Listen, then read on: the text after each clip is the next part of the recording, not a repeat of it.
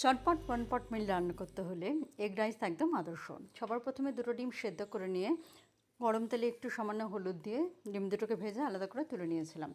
তারপর আবার তেল গরম হলে লঙ্কা এবং শুকনো লঙ্কা এবং তেজপাতা ফোড়ন দিয়ে পেঁয়াজ কুচি সামান্য একটু ভেজে তার মধ্যে আদা কুচি, রসুন কুচি এবং লঙ্কা চেরা দিয়ে কিছুক্ষণ একটু ভাজা ভাজা করে তার মধ্যে আমি নর্থ বেঙ্গল থেকে আনা জলপাই আলু সেটা একটু সেদ্ধ করে নিয়েছিলাম।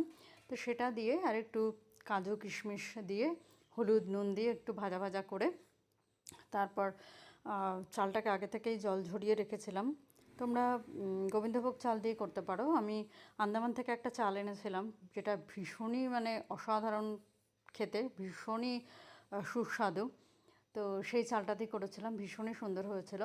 যেরকমভাবে আমরা পোলাও করি তো সেরকমভাবে চালটা দিয়ে একটু ভাজা ভাজা করে ডিম দিয়ে হলুদ আর নুন দিয়ে আবার পরিমাণ মতো যেরকম আমরা পোলাওয়ের জন্য 1 কাপ চালে 2 কাপ জল দিই সেরকমভাবে মেপে জল দিয়ে একটু ঢাকা দিয়ে রেখে দিয়েছিলাম।